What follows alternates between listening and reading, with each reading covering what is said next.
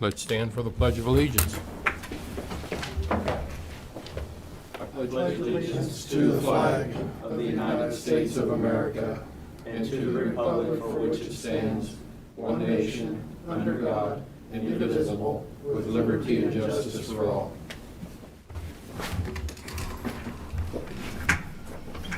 Don, if you could call the roll. Certainly. Commissioner Dean Hazelhorse. Present. Commission Chair Butch Lyle. Present. Commissioner Dustin. Present. You have a quorum Okay. present. In order of business, we will have one executive session this evening. And prior minutes, I don't believe I received any. They were ready to go, but I didn't get them sent, so you'll have them next week. Okay, consent agenda. I'll make a motion to approve the consent agenda items A through G. I second that. We have a motion and a second.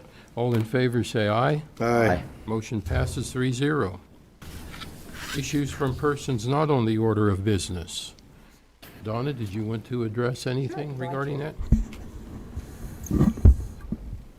Okay, I'm sure most everyone is aware that we did have a situation on the November general election ballot.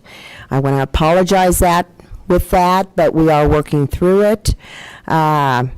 We did go through the vendor. They're going to print us new ballots, but I wish to assure the voters, all voters, because we've received already a lot of the advanced ballots back, that we did not change any positions of any of the ovals or the candidates, so the accountability will still be there for all ballots. So be rest assured that if you sent your ballot in last week, that it will be tabulated correctly and all votes will be counted. So I wanted to assure voters we hope to have them on Thursday, so you could come in Thursday. My staff has agreed to help me out. We're going to extend some hours since we're not able to do advance voting as early. So starting Thursday, we'll start advance voting in the office from 7 a.m. to 5 p.m. daily. And then on Saturdays, both Saturdays from 8 a.m. till noon. And I'll have both the west and the east entrance open. So hopefully that will help a few of the situations. We had to turn a lot of people away today, and I do apologize for that. But everything has been corrected and proofed and everything, so it's a go now. Thank you. Sounds good, Donna. Anyone else have any issues? Okay. Monthly department report. Commissioners, did you read the monthly department report? Yes, sir. Everything looked fine to me, yep. Yep. Yeah, me too. one comment I want to make on the report is I did notice with sign vandalism, it's costing the county about $20,000 a year to repair signs. That's kind of absurd when we look at how important $20,000 is. Yeah, Yep. most definitely. Okay, we'll have a virus update. Jason.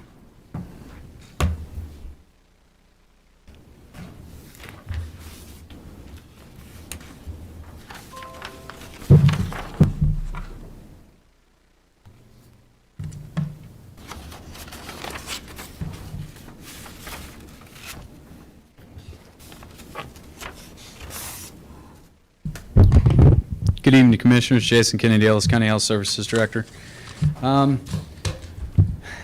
Seems like a broken record every week. Cases are up, impacts are up.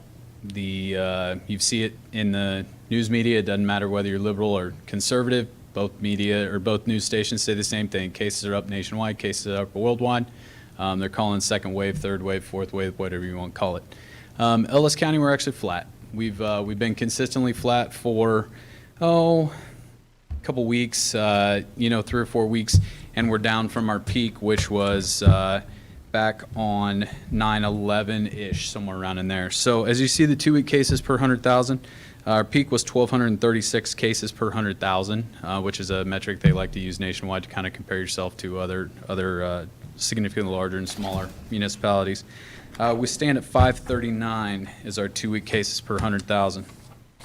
As we look at our percent of positive is significantly high again, continues to be high, probably will continue to be high. We don't lack testing. We have significant amount of testing. We don't have as many people reaching out to be tested, especially asymptomatic people. We are testing all symptomatic people. We've never turned anybody away from the start. We continue to not turn people away. Every clinic in town is testing, the hospital's testing. So, you know, we have nursing homes, really, you know, everywhere we have significant amount of testing. It's just when you test symptomatic people, you're going to find positives. So we have positives. Our testing rate is 23% as of today.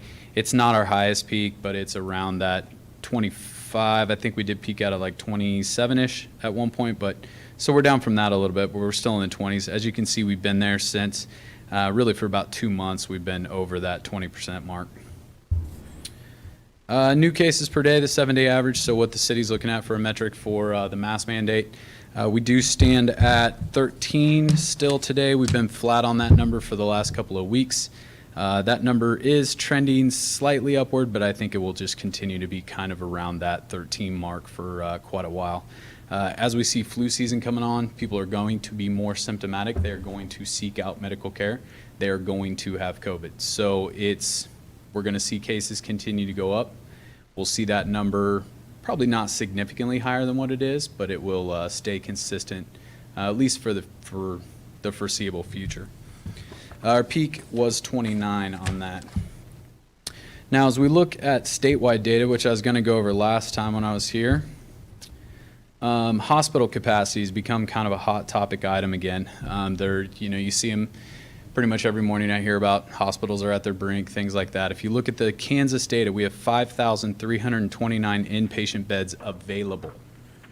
5,000 beds in the Kansas hospital network that are available.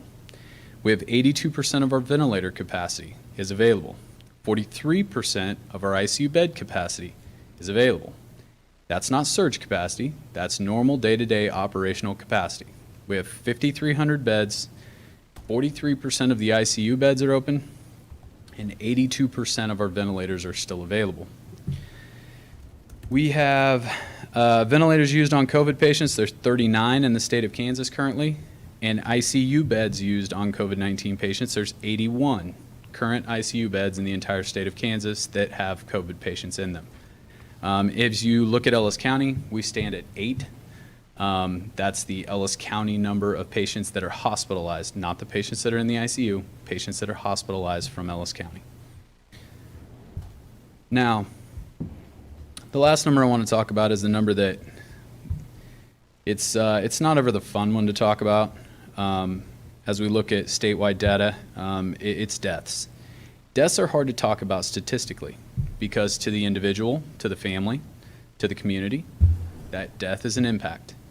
It's not just a number, it's not a data point, but we've created data out of this entire COVID situation. So as we look at those numbers, we see that 82.1%, that's actually down from 85%, but 82% of the current deaths in the state of Kansas come out of the population 65 and over.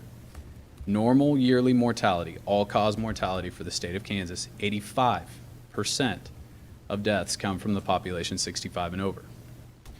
As we look, statistically speaking, we know the population that is at risk. 85% of the deaths, 50% of the total death toll in the state of Kansas comes out of long-term care residents. In Ellis County, 90% of the death toll comes out of long-term care residents. So, we know the population. We know what we need to do, not what we need to do, we know what we can do to help.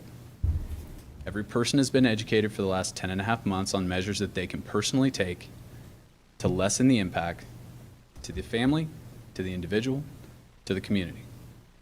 We're at a point where Individuals need to make those changes. They need to make those adaptations for themselves.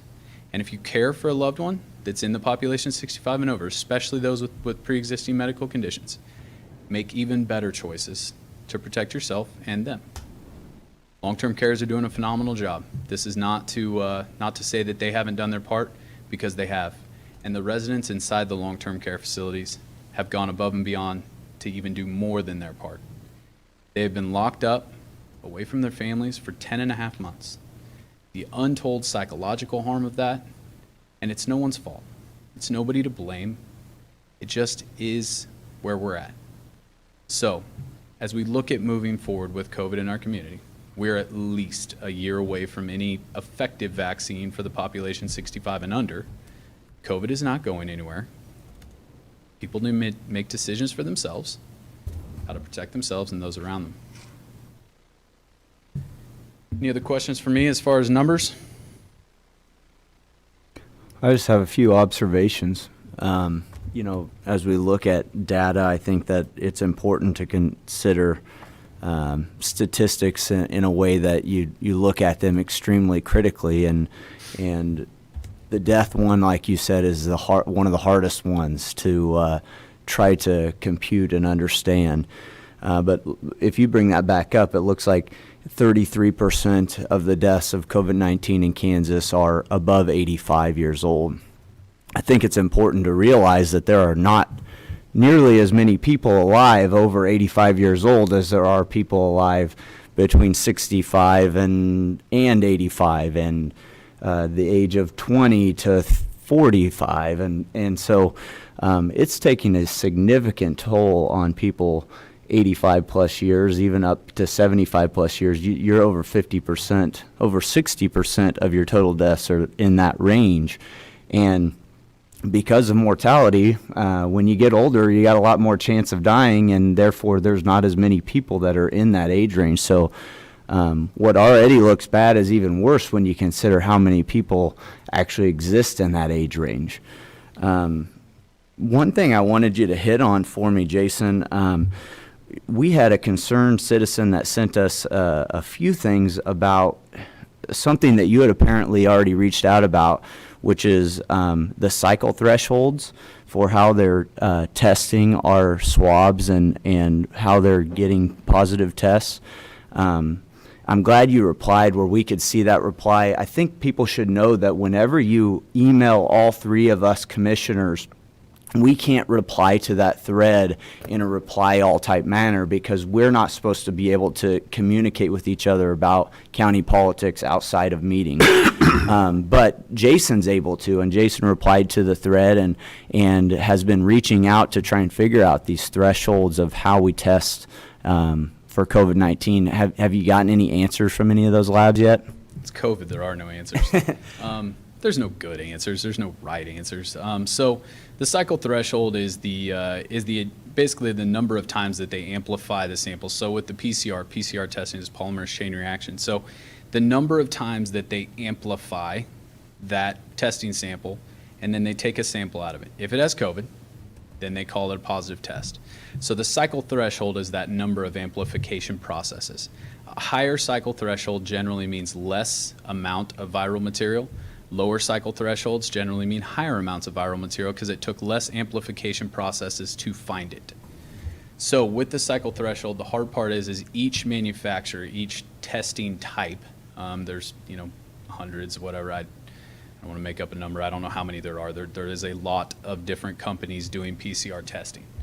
They set the cycle threshold that works for their test, their platform. Right now, the Cdbg test, which is honestly a good test, they do a nice job. Their lab does a really good job. They use 42 as a cycle threshold. There's been some concerns that anything over 40, everybody turns positive. That's not true. Anything, they should be using a value of 35 or under. I think there was a New York Times article that talked about that. For a certain testing platform, that might make sense, under 35. For another testing platform, it might not. I'm not a lab person. I didn't design the test, so I've got to kind of go with what the test makers, test designers say on cycle thresholds. But what they do show is that throughout the course of your infection, you will have more viral load generally. You'll shed more virus early on at the beginning of the infection when you're in your contagious period and you can spread it. And then again at the very end when you are actually have inactive virus and you're shedding. So there's 2 times in your course of infection that you would have a higher cycle threshold. And then there's all the times in between that you might have 2 times where you'd have a lower cycle threshold, meaning higher viral material. And then you have all the rest of the time in between where you might test positive at a moderate level or you would need a higher level of cycle threshold. So as we look at that, what does that mean? That means these tests are what we've said from the start. They're not a diagnostic test. They're not used to tell, they're not generally used as a diagnostic test. We're using them that way because it's what we have. But they don't tell you if you're contagious. They don't tell you if you're currently able to shed the virus and infect other people. They don't tell you if, how much of an infection you have. They don't tell you whether you have symptoms. They don't tell you any of that. They tell you if you have COVID-19 viral material or not. It doesn't say if it's active or inactive. It just says on or off. Do you have it or do you not? And so that's why coupling it with symptoms, and that's why symptoms are so important throughout this testing, is if you're symptomatic and have symptoms consistent with COVID, which is pretty much any symptom under the book right now, but if you have symptoms and you test positive for COVID, you likely have COVID. You should isolate yourself, you should quarantine, you should take appropriate measures, whatever you need to do that. And so with the cycle thresholds, I'm gonna just let the lab people be lab people and figure out their testing platform. Yeah, I guess let the criticism come as we try to figure out the data or whatever.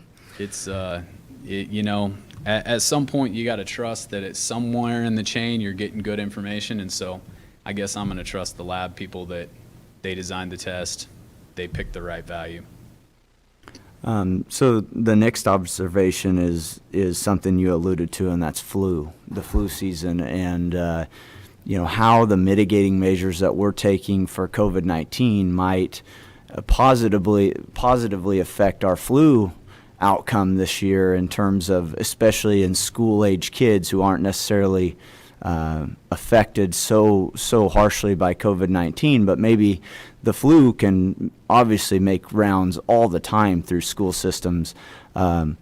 Maybe these mitigating measures do a little bit to combat that flu season in terms of our school systems and allow them to, for instance, last year I remember, I believe it was up in the Norton area where they shut down school for a week because they had such a high level of influenza positives.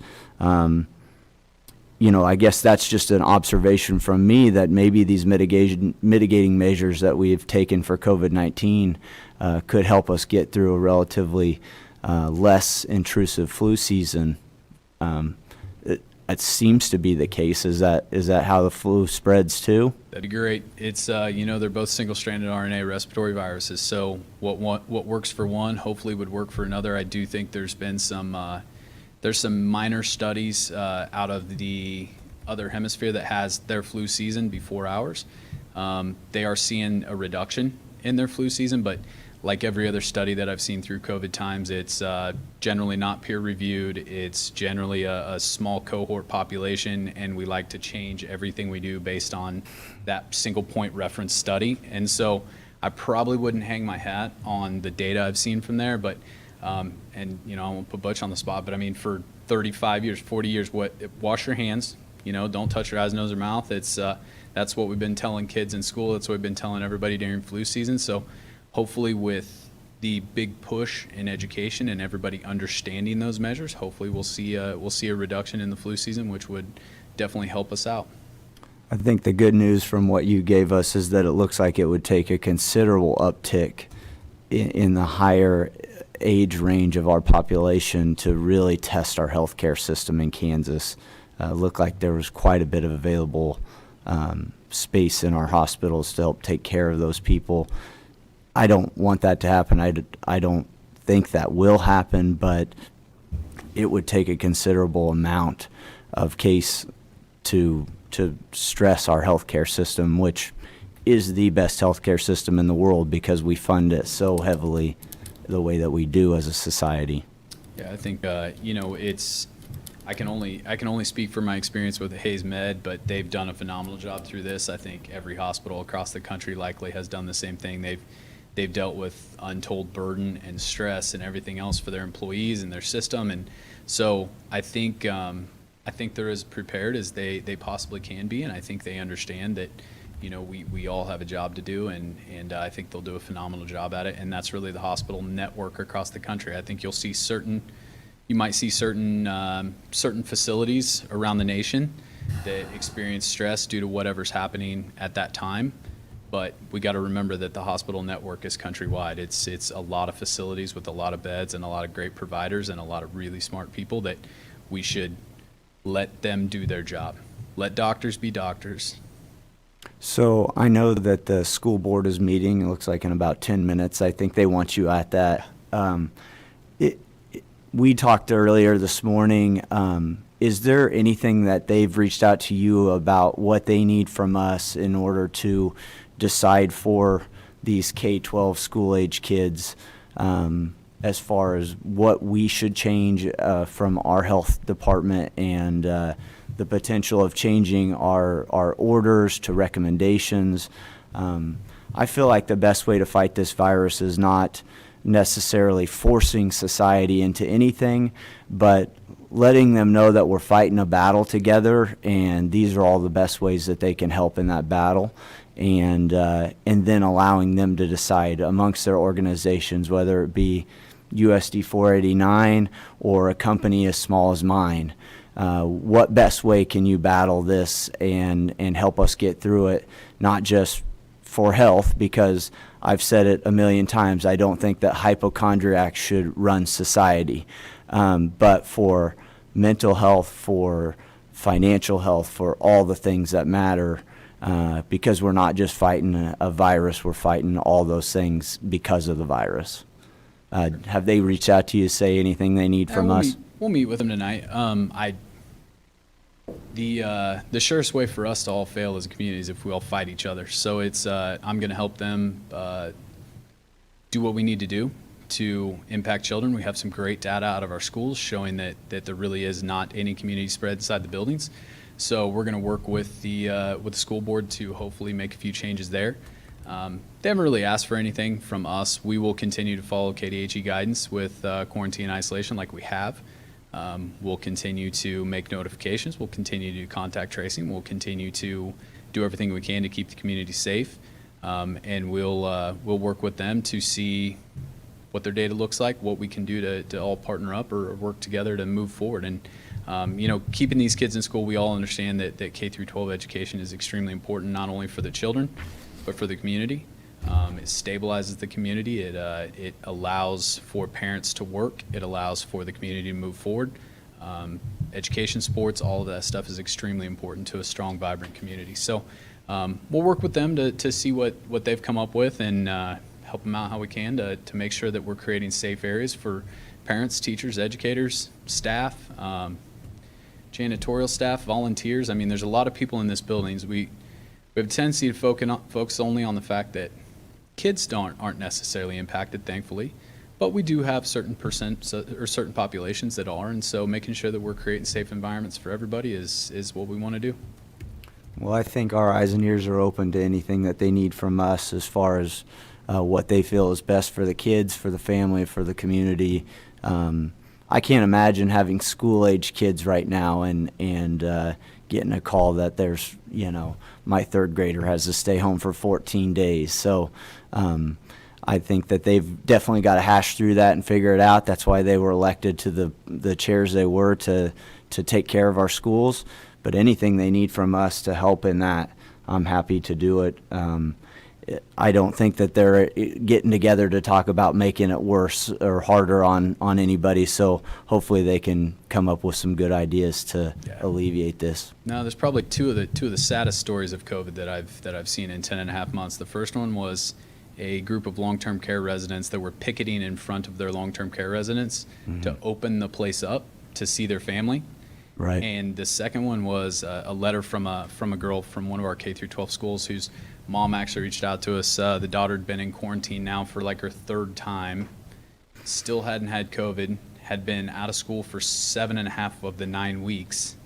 And daughter was a great student last year, great kid, and now has psychological or, is starting to have some issues. And so it's, that's not fair to kids.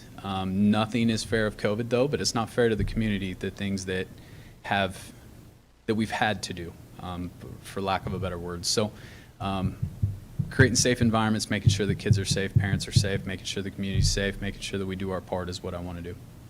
I think the next 4 to 6 weeks are going to be some of the toughest weeks that we fight of this virus, especially out in western Kansas. We know it's here now. It wasn't here before.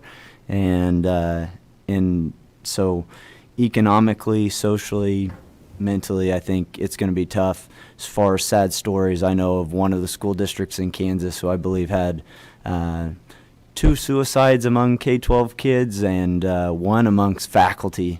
And, I personally have a friend who has committed suicide through this whole process. So I think that, like I said, we're fighting the whole battle, and I always liken this to fighting a battle or a war, and that's kind of what we're doing. And you don't always fight battles and wars with all safety in mind. We didn't storm the beaches of Normandy for safety. We did it because we knew we had something that had to get done. And right now, economically, socially, that's going to be the next 4 to 6 weeks, I believe, for us out here. Well said. If you can't care for them, care about them. Yep. Questions, Dean? I have nothing. Thank you, Jason. Jason, no questions tonight from me. Sounds good. Okay? Ready to move to the next one? Okay. Yep, move on to the next. The next one is, find it here. We talked about it. We talked about it maybe a month ago now, about adding a full-time nursing position at the health department. What you see before you is the official request for this position. As you guys know, staffing has been a bit of a struggle, period. COVID has not helped. This position would be tasked with not only just doing nursing aspects of the job, but contact tracing. We're looking at bringing on some additional things in this next year with health department functions as well. And so what you see is the discussion about that, and then the financial impact. For 2020, it's 19.8, which won't be even close to that. This was numbers from a month ago when I put it together. We have grant funding to cover not only this year's financial impact, but we would also be able to cover with 2 other grants I submitted through the KDHE. We'll be able to cover the full amount of the salary at least through 2021, maybe through 2022, depending on how much the funding can be spent up into 2022, but most of the grant funding we have will be expended by the end of 2021 with this position. So we would have to look at budgeting for it in 2022, but there would be no budget implication for the budget that's already been approved. Commissioners, I think through this whole virus experience, it has really put the light on public health and how important public health services are. And if Jason believes he needs a position, I'm 100% in support of it. Grant funding will take care of us in the short term. We can look at 2022 budgets and decide how we're going to approach this. But we did pass a sales tax that assured health funding, and I think we should probably do this for Jason, or we're going to could lose other staff in that department if we don't. I think it's less for me and more for the rest of the staff. I'll tell you what, they have done a phenomenal job. But they're tired, and it's bringing on someone new that can kind of start where they started at 10.5 months ago will help with. And we have a nurse that was hired right at the beginning of COVID anyways that has not been able to be trained to put into the role she was hired for because she's done all COVID. So we're hoping to transition her to do both, bring this new one on to do a lot of the COVID role and then get everybody dual trained for the job. Yeah. Well, it's all grant funded, and I think you guys can make a decision come middle of next year of how it looks for 2022. This thing's not going away anytime soon, and I think if you're fighting a battle, you got to put some resources at it. So I'm 100% in favor of what you're saying, Butch. Me too, Okay. definitely. Think I it move needs the to happen. I move the commission approve the addition of one full-time nursing position at the Ellis County Health Department. Second that motion. We have a motion and a second. All in favor, say aye. Aye. Motion passes 3-0. Appreciate it, gentlemen. Have a good night. You too. Thanks, Jason. Thank you. Have a good evening. Okay. Next is County Administrator Report. JD. Thank you very much. I have some good news to share this evening. The filing that we did for Ellis Cares with the state 2 weeks ago and received a preliminary report back last week has been approved. They had a little bit of just tweaking that they asked us to do, and we've done that. And then right before I came down to the meeting, I'd received the final back from them. So that's been approved. Just as an update, and the other thing they had given us some feedback on was they'd like to keep the funding moving and ensure that we stay on schedule to make sure we're spent by the end of the year. And with that encouragement, we have the first payment went out, as I previously reported, was $660,000. We did $1.3 million in payment number 2. We're currently readying for payment number 3 yet this week. And as of right now, we have about $800,000 set to go out for that. And that doesn't include the county reimbursements and projects. And I see Darren's here. We've been working on getting some of those ready to go as well for this coming pay cycle. So we're moving forward as expeditiously as we can on that project, and I think it's going fairly well. Also, had an earlier commission meeting. There was Dustin had asked about Commissioner Rhodes had asked about the Cdbg Cv Program, and we are moving forward with that. We anticipate having that on the agenda for the November 2nd meeting. Darren and Lyle Pantel have been working on that, and it's just about ready to go. And then also in November, I'm not sure which meeting yet, but we should have a preliminary for you on if we think we're going to have some additional funds available. And we have a list. I've been keeping a list of additional requests I've been receiving. I mentioned this at the last meeting. And so I anticipate bringing you that list and for you all to perhaps set a prioritization on those. Some of that we may not know until right at the very end of the cycle, maybe early in December. But it would be nice maybe to set a prioritization for those ones that we have received additional requests on. JD, one question on that. I believe we had already made our number one priority St. Mary's School in Ellis, correct? So this that would was be the after verbal that. feedback I received. Okay, yeah. So as long as they're getting taken care of first, I think then we'll look at the list and go from there. Very good. And that's in the report. Okay. Thank County Commissioner reports. Commissioner Hazelhorst. I got a virtual KAC meeting on Friday at 10 a.m. So that's all I have. Okay. Commissioner Roth. I have a little bit of a commission report, but there's a Chiefs game on, so I'm going to go ahead and move forward. I'll report on that. Basically just about a golf tournament, a couple things we've got going on.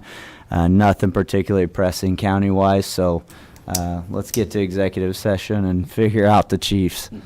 And I have no commission report. I'll make a motion, we go into executive session for 30 minutes to discuss non-elected personnel related to performance evaluation. Those in the executive session will be the Board of Commissioners and Councilor Jeter and Administrator Cox when we call him into the session. Second that. We have a motion and a second. All in favor, say aye. Aye. Motion passes 3-0.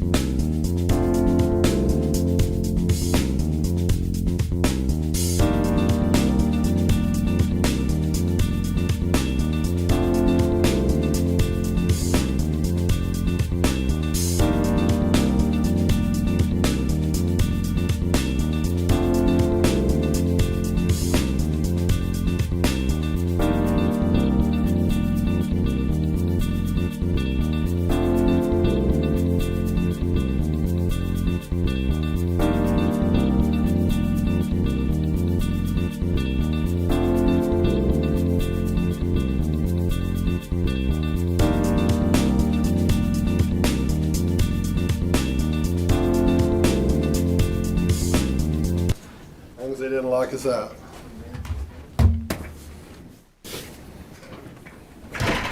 Hey, there is no action, and the meeting is adjourned at 6:07. And whose? JD, what's your schedule like tomorrow morning? Pretty good, I think. Okay. I'll send you